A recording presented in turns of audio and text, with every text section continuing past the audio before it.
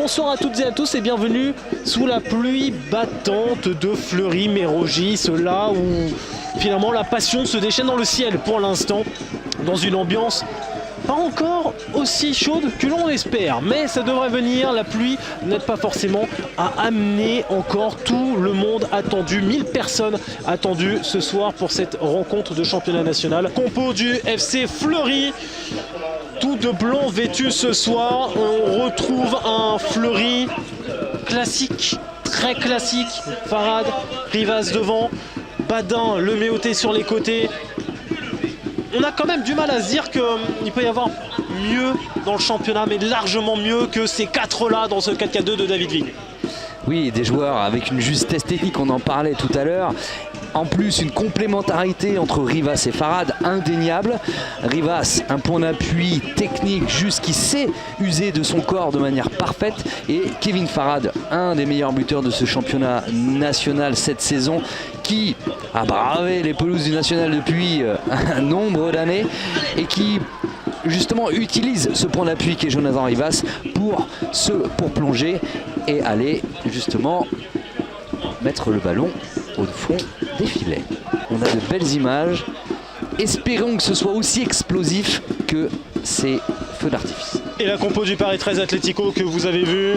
Grand merci à Adrien Alonso pour la réactivité sur cette compo du Paris 13 Atlético. Dadou Donna a noté la blessure de Cheikh Traoré, Sirou Cissé, qui rentre donc sur le côté droit. Coup d'envoi dans quelques instants de cette rencontre qui sera donnée par le Paris 13 Atlético dans ce derby ô combien important à l'image de ce feu d'artifice avant le coup d'envoi. Feu d'artifice peut-être annonciateur du spectacle sur le terrain. Et de jeu long du côté du Paris 13, c'est aussi parce que c'est forcé par ce bloc haut du FC Fleury.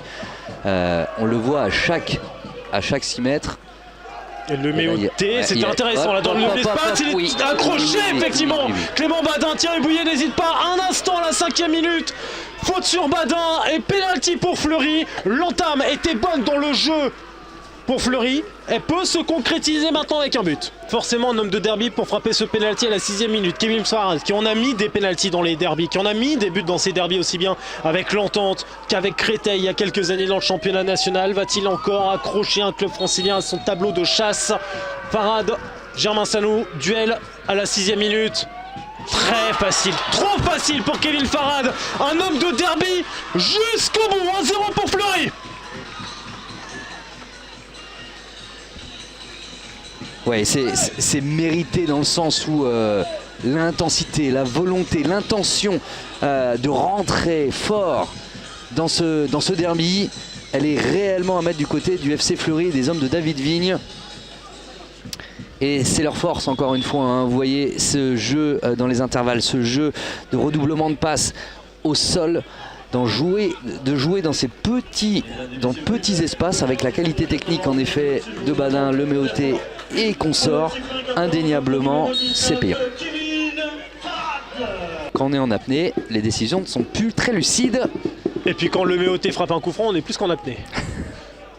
Théo Castro pour essayer de sortir ce ballon, interception, Le Méoté se centre, repoussé par tête d'Eko les mangas. Encore une fois un joueur qui fait énormément de bien avec son retour. Énormément de bien, alors ça a tourné un petit peu quand même le compteur point malgré son absence. Le gaucher portugais pour ce coup franc, point de penalty. Encore une belle zone pour Pora, non cadré à la 26e minute. Chacun peut avoir un rôle, une place à chaque instant et ça pour moi c'est intéressant. Et plus on avance dans cette première période, plus l'impact grandit aussi. Les Parisiens ont un petit avantage dans ce compartiment maintenant. Dadoun, centre fort, réflexe d'Alette alors que c'était coupé par Vogt il me semble au premier poteau. Manque de communication positive aussi entre certains joueurs du Paris 13 Atlético sur cette fin de première période. La mi-temps va faire du bien aux Parisiens, va faire du bien à Les Okoyo et l'ensemble du staff pour pouvoir remettre des choses à plat, parce que sur cette fin de première période, les Parisiens ont quelques situations sur phase arrêtée, mais ils sont plombés par une entame complètement ratée. Faute qui offre un penalty transformé par Kevin Farad à la 7e minute de jeu. Fleury fait une très belle opération, mais les Parisiens eux sont clairement sous haute tension. presque plus de pluie. Ça change par rapport au coup d'envoi. Fleury mène à 1-0 donc avec ce but de Farhad après 6 minutes. Un penalty converti, des bonnes intentions dans le jeu avant d'avoir un derby qui s'est un petit peu durci. Oui, c'est ça aussi, le derby, c'est du contact, c'est des duels. Mais c'est aussi du jeu, et le jeu, c'était Fleury. De rentrer dans les duels, peut-être de faire sortir de leur gond aussi les joueurs du FC Fleury, qui maîtrisent plutôt leurs émotions hein, depuis le début. Et ça, c'est une bonne balle. Très bien joué, Siro Cissé pour une première occasion dans le jeu pour le Paris 13. Option retrait, Donna, option second poteau, Castro. Il a pris la frappe. S'il marque, personne lui en voudra. Mais ce tir non cadré à la 51e minute va peut-être laisser beaucoup de regrets. La bonne perspective, il était probablement en bonne situation. Hein. C'est juste que une fois de plus, le dernier geste du côté du Paris 13 est mal exécuté. Hein. On l'a déjà vu le week-end dernier et ils réitèrent un petit peu leurs approximations. Badin aura bien joué ce retrait pour le Méoté. Arrête Germain Salou. Alors que Kevin Farhad avait un peu joué la carotte avec la défense pour finalement glisser ce ballon au retrait. Cette équipe-là de Fleury est un petit peu plus tranchante, mais plus de vitesse du côté parisien. Voir l'utilisation du ballon maintenant. Noah Donna avec Ryan Fage, contrôle balbutier, interception pour Vogt. C'est toute la différence entre une équipe aussi en confiance. Un coup de flipper qui peut permettre éventuellement à Fage de jouer derrière avec Moussa Diarra.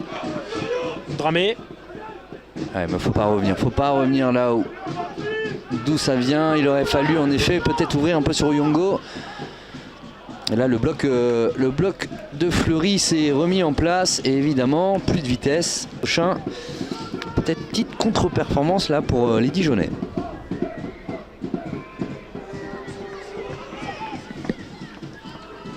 Elle est belle celle-là. Elle est très belle celle-là. C'est en retrait. Pembele, pas loin, encore pas loin. Ses premiers ballons avec le Paris 13 Atlético dans la surface adverse sont quand même extrêmement dangereux. Certes, il manque ce soupçon de précision, de justesse, mais son entrée amène un plus offensif et les Parisiens sont pas loin de l'égalisation. Passé par la formation lilloise notamment. Une équipe très peu dangereuse, parfois se réveille dans les fins de match. Ryan Fage, et parfois arrive à chercher un petit quelque chose comme un penalty.